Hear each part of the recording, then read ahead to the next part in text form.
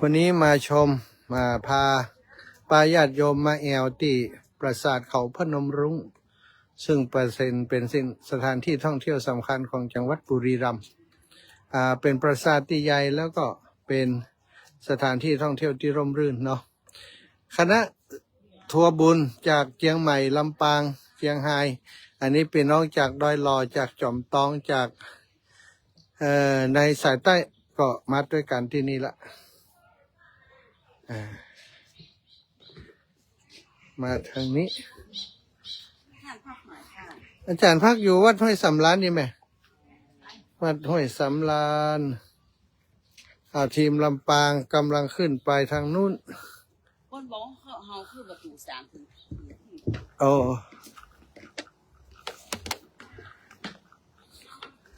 บรรยากาศร่มรื่น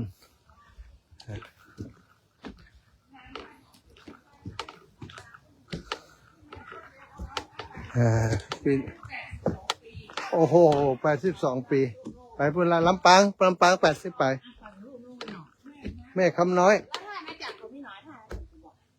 อาจารย์บัดเดียวนี้ถึงตั้งพุ่นละแต่เจ้านี่เปิ้นออกจากลืมเปิ้นออกจากลำตะคองออกอย่างพุ่นละอาจารย์ไปตั้งพุ่นละมุ่งหน้าไปบ้านเลยเนาะมุ่งหน้าขึ้นเอวเหนือไปเลยก็ถึงแหลงอย่างเขาน่ะนี่โหช่างภาพกิติมาศักดิ์สุดยอดอีปอค่ะอีกะพี่น้องพี่น้องเชียงใหม่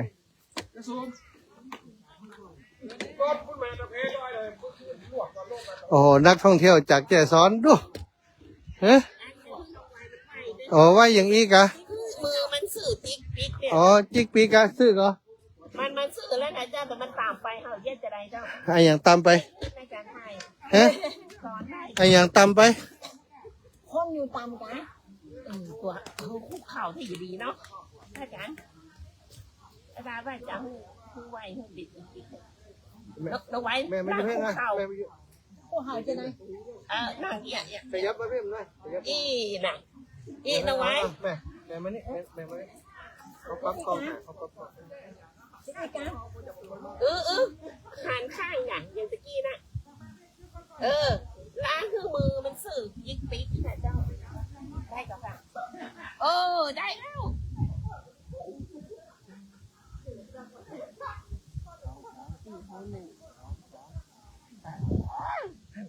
เอาเจ้ากันเจ้าก็เอากันเจ้า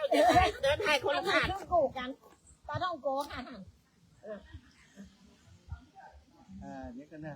ถ้าจะเอาจิ๊กปิ๊กอยู่ได้คนเดียวแม่เอาได้น้องไว้คนเดียวหน่อยค่ะแม่ลูกนะน้องไว้ออกหน่อยอย่างน้องว่าได้ไปสาธุไอ้น้อยน้องว่าได้ครับไปเชียงบางกันได้ไหมจ๊ะมีหน้าขึ้นหน่อย2 3มือสวยๆหน่อยไหวเงินดอกบัว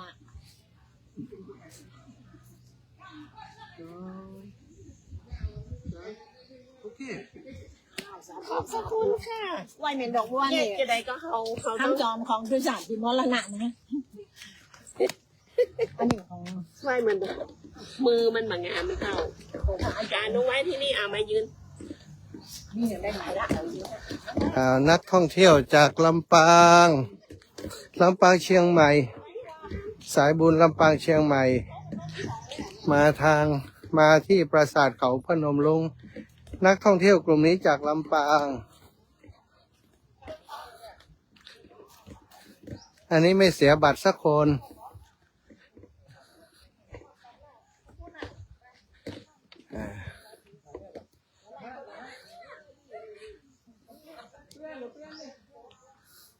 เน้นปราสาทนะครับ ความสวยงามของคนไม่ค่อยเท่าไหร่นะ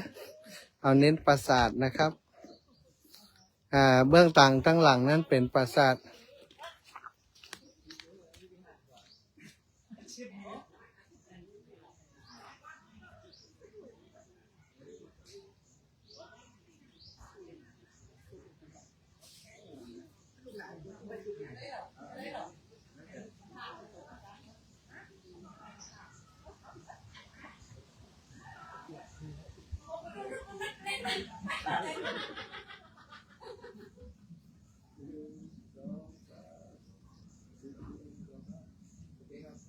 มั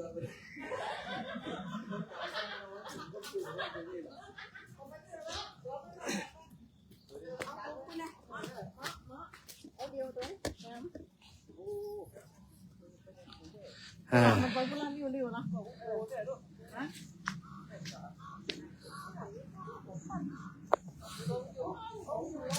สวยงามบรรยากาศ อันนี้ปราสาทลูกข้างบน แต่ถ้าเป็นตีสมบูรณ์เนาะสมบูรณ์หมายความว่าตีเปิ่นใจงานอยู่ตอนนั้นคงจะเป็นข้างในก็คงอลังการ แต่ว่าจากสถานการณ์สภาพแวดล้อมต่างๆเนาะทำให้ปราสาทแห่งนี้ได้มีการชำรุดไปส่วนหลังคาส่วนอย่างต่างๆพระพลาเปลื้องเครื่องเอานี่ที่ประทับพระพลาเปลื้องเครื่องเป็นอาคารทำด้วยศิลาแรงเปลื้องเครื่องก็คงจะเอาเครื่องประดับเครื่องอย่างต่างๆก่อนจะขึ้นไปพระธาตุเอาไว้ก่อนเป็นพระพลาเป็นที่พักนั่นเอง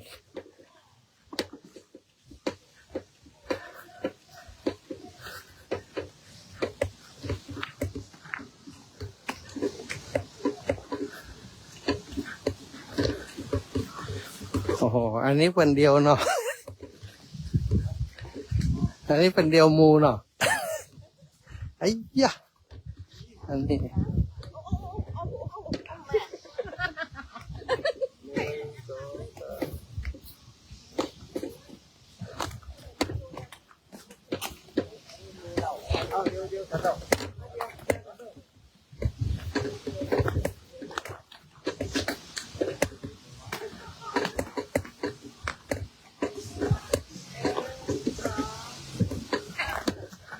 ความสุขของแม่โอ้คุ้มค่า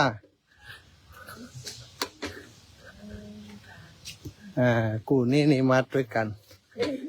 นี่เมลัดดาคุ้มค่าเลยเนาะแม่เนาะเมืองกำล่ะเข้ามานี่ติเดียวป่ะเนาะใจเขาต้องเหลือไว้สำหรับข้างต่อไปพ่องตอนนั้นได้ไปกันแล้วแต่ป่ะอีก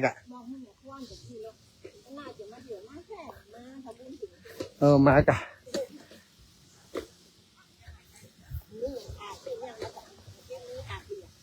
จ้ะอ๋อเหรออ๋อเป็นมักเมียงล่ะ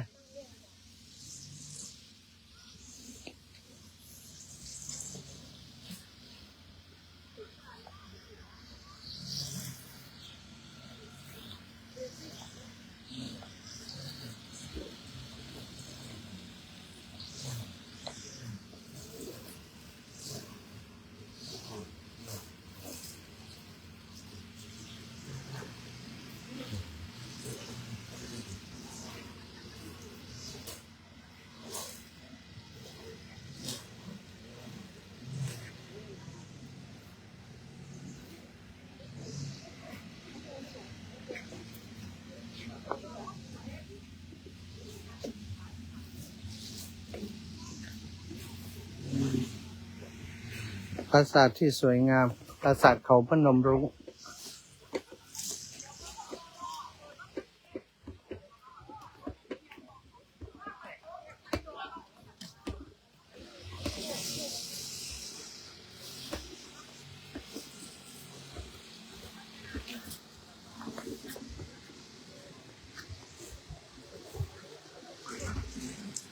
ปราสาทเขาพนมรุ้ง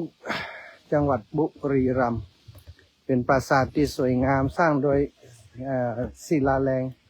ส่วนหนึ่งเนาะแล้วก็เป็นหินเหี่ยมหูนะอันนี้นะ แต่ว่าศิลาแรงนี้เป็นหลักอยู่ตรงกลางเป็นหินแกรนิต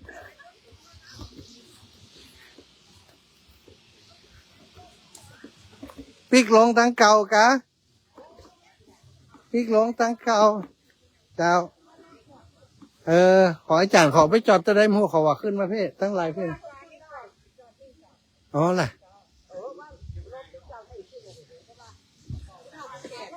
แต่เจ้าอีแม่ไล่ซับกันไปเรื่อยๆเนาะ อันนี้มีวาสนาได้มาป้ากันแฮมรอบนี่อันนี้ได้รอเนาะสุดยอดสุดยอด คนนอนไอ้ภาคใต้รีสอร์ทอะไรเนี่ยบุรีรัมย์บุรีรัมย์นางรอง นางรองนะครับผม เป็นพวกเรียนนางรองกัน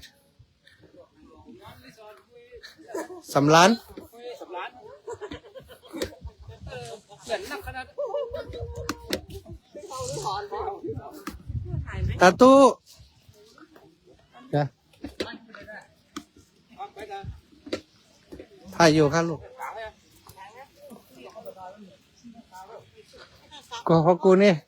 ขอกูปอสต้องถ่ายขอ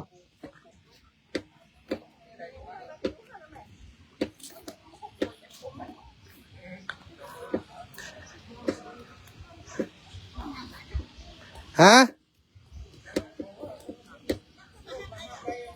รถอยู่หลายพุ่นรถอยู่หลายพุ่นลงตั้งหลายพุ่นใช่ใจโอ้สบายมากกดเท่านี่โอ้บัดเดียวมันงามเนาะเป็นสร้างให้ไม้งามเนาะนักกะ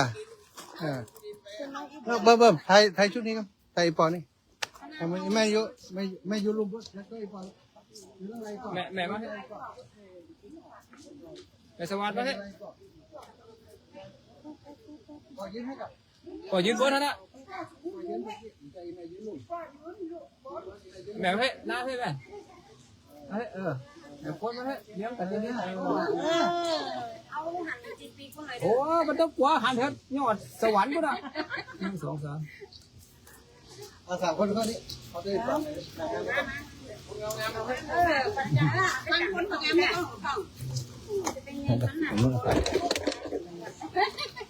โอเคเอานะ1 2 3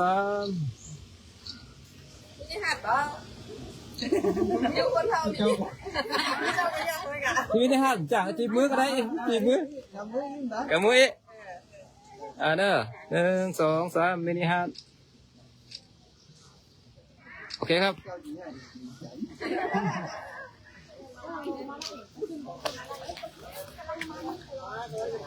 ร้อยติ๊กนะกะติ๊กดูแลไอ้ปล่อยไปขึ้นไปปล่อยไอ้แม่ไปสาตู้ป่ะ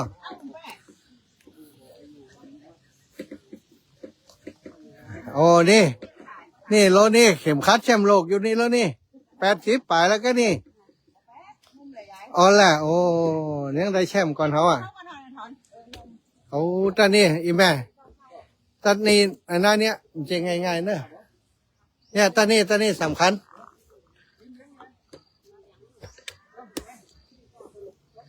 อยู่นั่นเลยเขาจะขอเข้าด้วยปล่อยอยู่นะ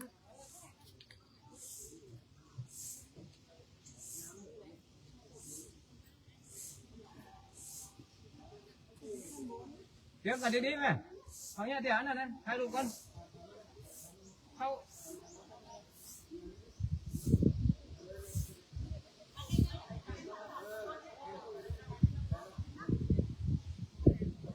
ไปสอนกันเลี้ยงกันดีๆเอาเด้อ1 2 3 1 2 3โอเคครับ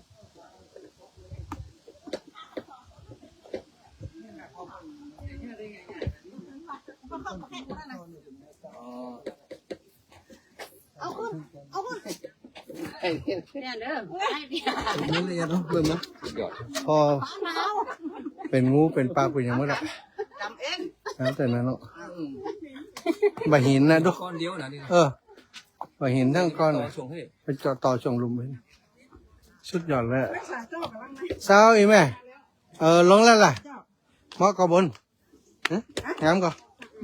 โอ้ยสุดยอดโอ้เหรอ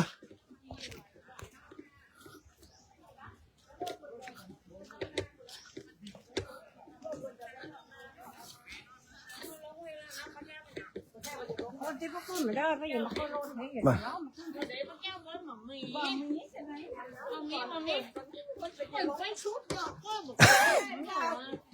า ไปใจเย็นขึ้นก่อน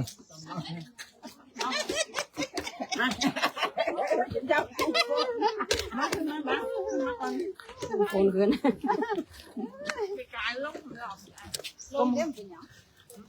วันเนาะ แม่ไม่ใช่คนเก่ง ตุเน่อันนี้สาวเชียงใหม่ล่ะจอมต้องสาธุต้อยกันไปได้จานกันต้อยคนไป แม่ใช่คนเก่งอ่ะแม่ขยันแม่สบายมาก ที่แม่นี่แน่นอนเนาะได้มิติก็ไปขึ้นไปเลยแม่ขึ้นไปเลยตั้งก้นเขาอย่าพอเลยเป็นยังอันนี้ต้องกำต้องให้นี่ได้กำก็ได้ตัวมันได้เนี่ยกำเล่นไปมันได้เพื่อชุกเฉินมากันย่างอ่ะยื่งอ่ะนี่อ่ะนี่กำ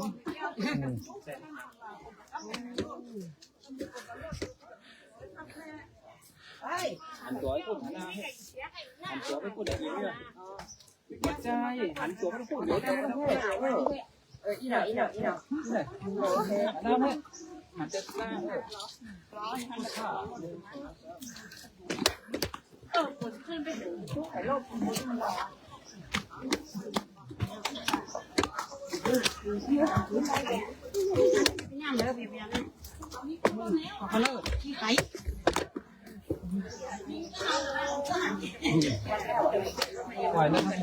พออันเปิดเอาอันแต่ละก้อนมาวางอ่ะเนาะทำสัญลักษณ์ทำเครื่องหมายเนี่ยเอามาวางมาต่อกันเนี่ย nóเป็นตอนยิ้วหรือเปล่า นั่นแหละ ตอนยิ้วเราละวาง แต่พอดูมันก็แต่ละก้อนนั้นจะเต่ากันเนาะเราเปิดเอามาสามารถเอามาวางด้วยกันนี่นะวางให้ได้เหลี่ยมได้มุมหมดแต่ตู้แม่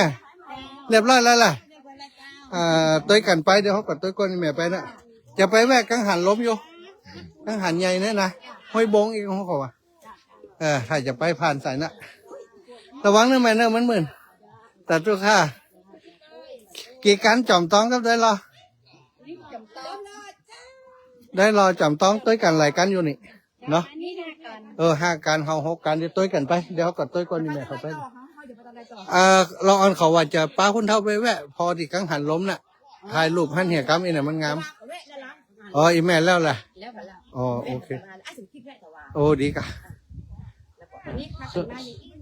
ภาษาครับสมคิดอยู่รวมพลกะโอเคตัดทุกค่า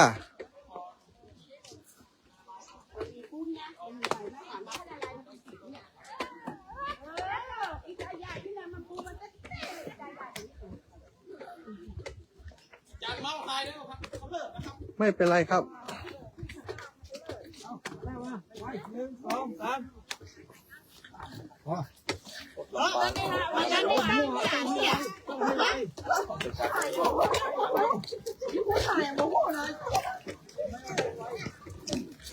แม่เราคนแม่เราฝั่งนี้กับพี่ลินแม่ฝั่งนี้กับพี่ลิน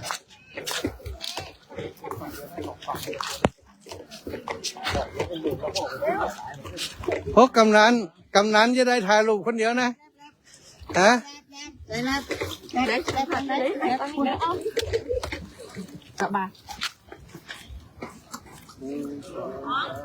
มินิฮาร์ด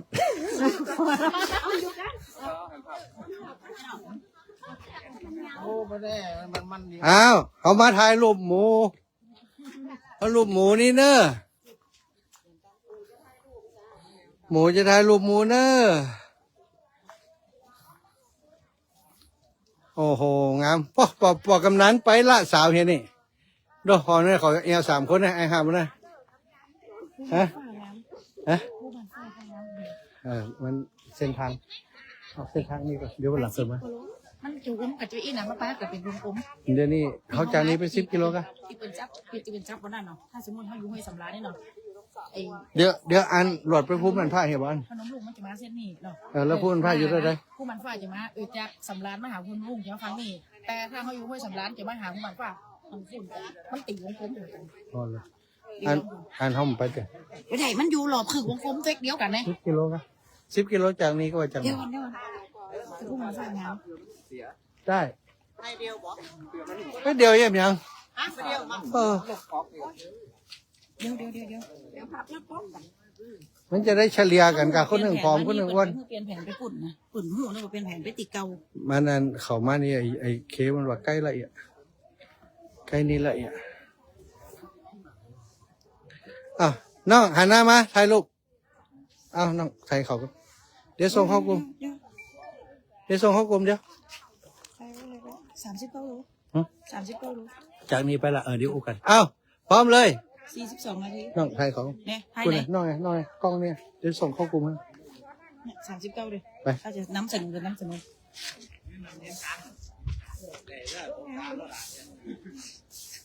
ไอ้หมูมันมาด้วยเปิ่นได้น่ะฮะมันเฉลี่ยกันนะน่ะอ้วนผอมเฉลี่ยอ้วนไม่อยู่ตั้งกลางงามสวยงามเอากล้องนี้เนอะ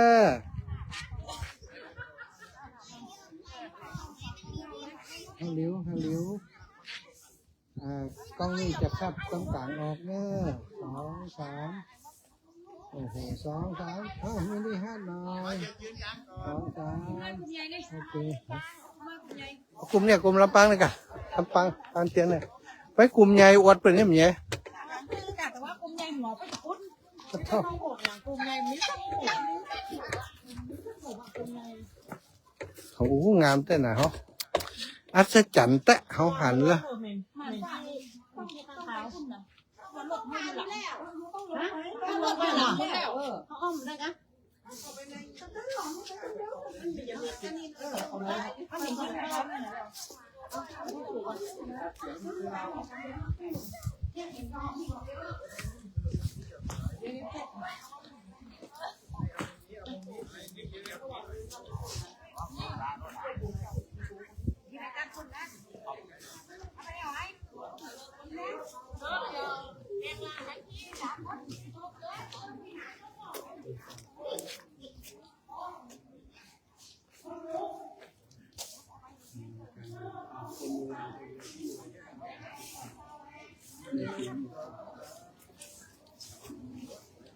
ซึ้งหน้าประตู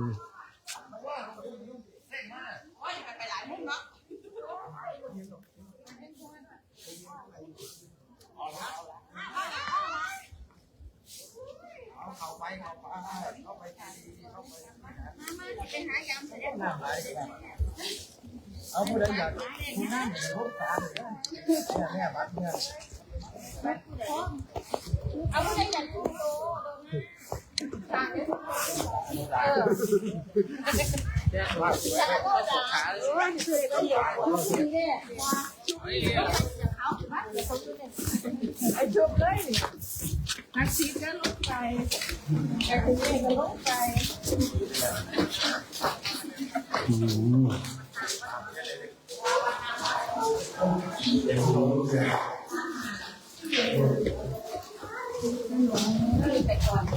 สุดท้าย วิดีโอแต่ว่าจะแค่ผ่านหนึ่งหายไปเข้าไว้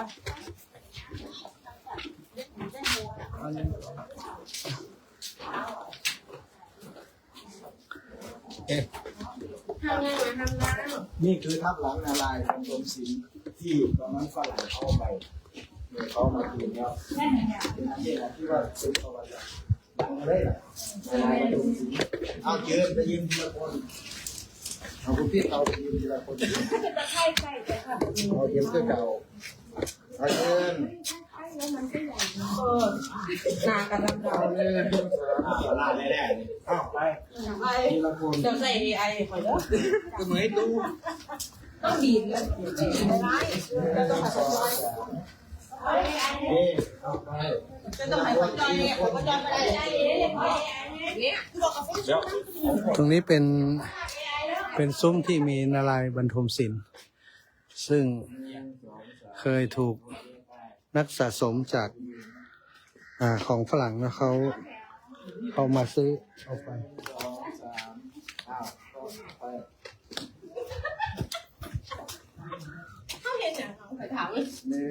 2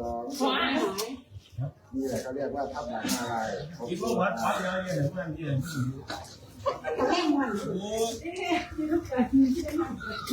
2 3โอเคใช่ ยืนไปล่ะ แล้วก็ไปรออยู่ตรงนู้นนะเดี๋ยวจะไปถ่ายรูป 1 2 3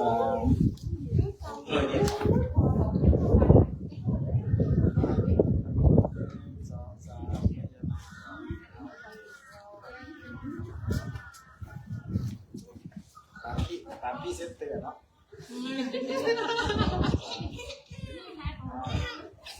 พี่เซตเตือน โฆษณาหนังคันอีกเดือนสองทีละคนจะไม่เห็นปอเก็บออกมา เข็ม1 2 3 เอาไปอวดตะนุง ทีนี้ไปยืนลงกันตรงนู้นนะเดี๋ยวจะไปถ่ายปราสาทใหญ่ ไปนะถ้าน้ำหนึ่งอ่ะ 1 2 3 กลัวแล้วต้องเก็บนี่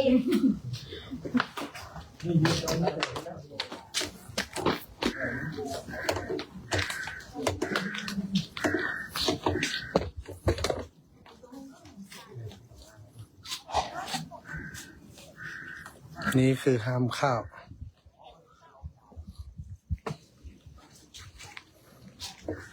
สะพานนักขราชช่วงที่1 2 นี่ก็ดีเลยปราสาทด้วย น้ำเหมือนเกิดน้ำเหมือนเดียวนี่กับว่ายังเลี้ยวของกระมวล พี่เท่า กันเดินเงินมาทายอยู่แล้วไอ้พวกโคตรพวกโคตรเลยนะพวกยัดทางเขากันหมดเลยเร็วมาไป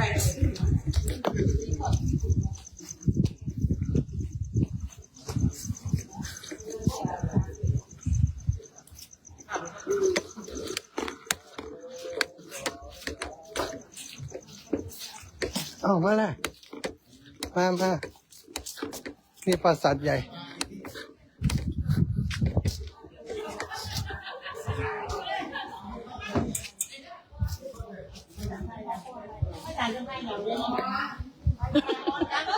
ข้างบน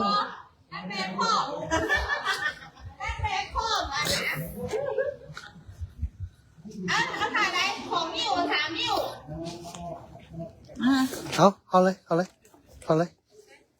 มันจะไอหมูมันจะเข้า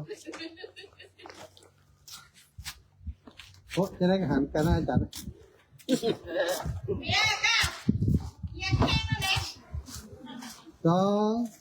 โอ้เดี๋ยวกันเลย2 3อาจารย์เอากาบนนั่นแหละโอเคโอ้ยเนี่ยมันงามแต่ว่าเนาะ ไทยหนังสั้นนะพี่ก็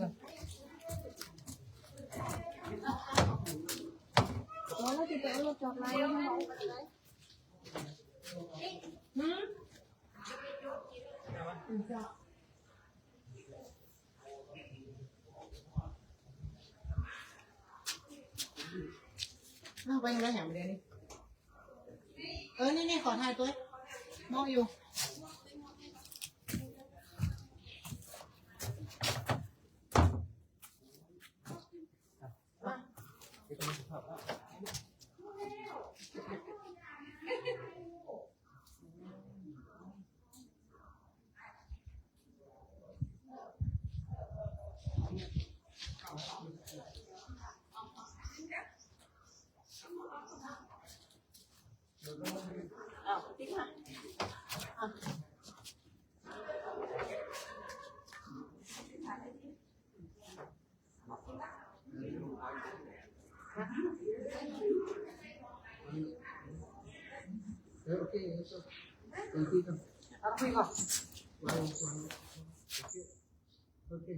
ก็ได้ขาเดียวเนี่ยเลย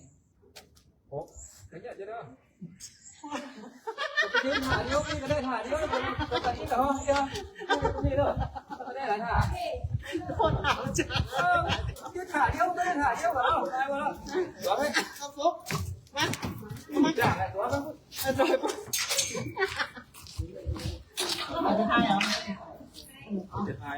cái cả hoàn hiếu có cả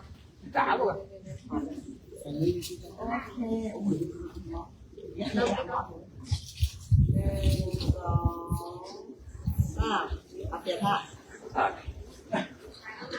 ต้องตกแล้ว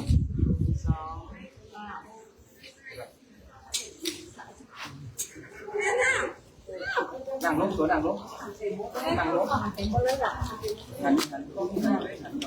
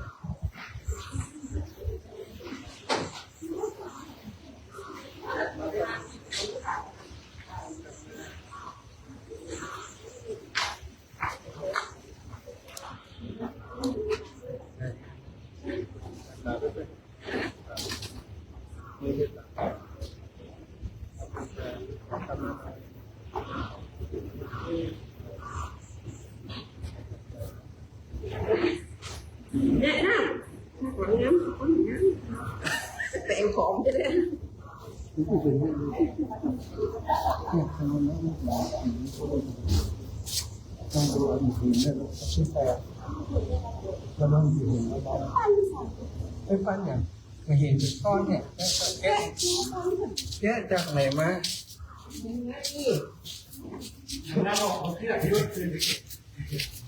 เขาล้างไหนนี่มันจะได้โอ้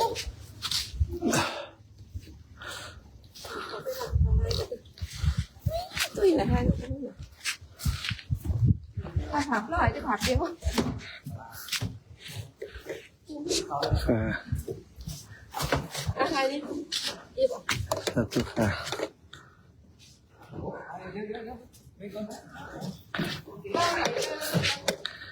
ของเบิ่มก็ได้นางงามมันจะเข้าตอนนั้นทานนั่นครับมุมนั่นครับ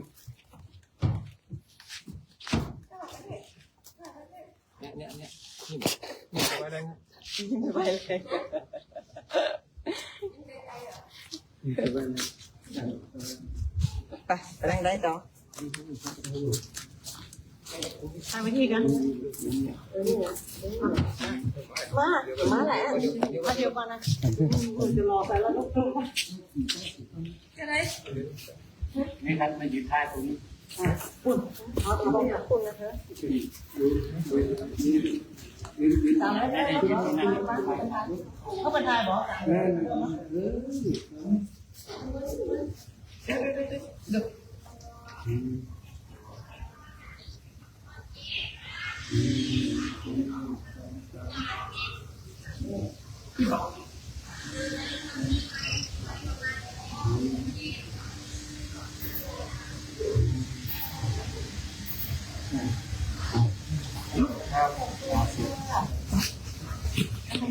บอกอีกเลย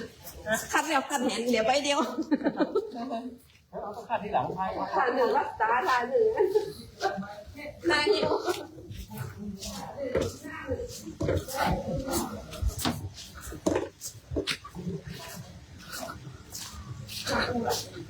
ตัดเสียงเราออก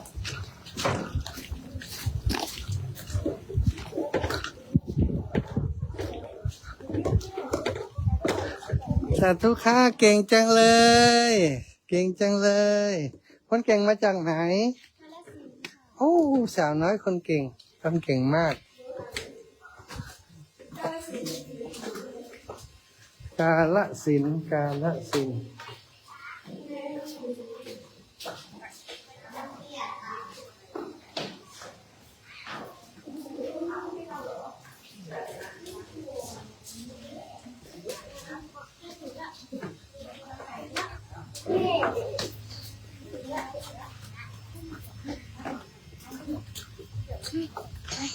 เห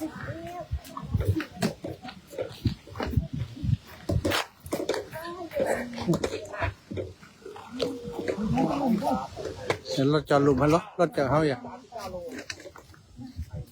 ไปทางนางรอง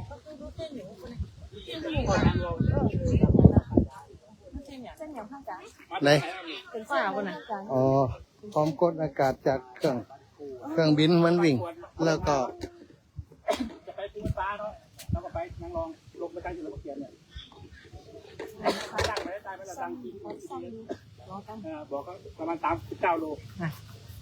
ถ้าจะไปภูฟ้าเราก็ไปมันต่ำก็ได้มันต่ำ10 กิโลใกล้ๆ มึงทำอยู่ไหน มันต่ำ10 กิโลตัวที่นี่ภูฟ้า มึงทำไป ไปภูเมืองฟ้า ถ้าจะไปภูเมืองฟ้า เราต้องนั่งรถไป ภูเมืองฟ้างามถ้าจะไปภูเมืองฟ้า เพราะว่า ไปภูฟ้าก็ไป เราจะไปอันนั้นเอาแหละพระอาจารย์การวายกี้น่ะ อันนั้นทำตอนเขาจะมาวันอื่น อ๋อเนาะ แต่ถ้ามันค่ำถ้ามันถึงค่ำปั๊บคนเท่าว่าโอ้แม่ใครกลับละไปต่อ เดี๋ยวใครกลับอย่างครับ ฮะ มาทางทีแล้วมาทางทีจะไม่ใครกลับหนู อ๋อที่ต่อแล้วไกลกันมาก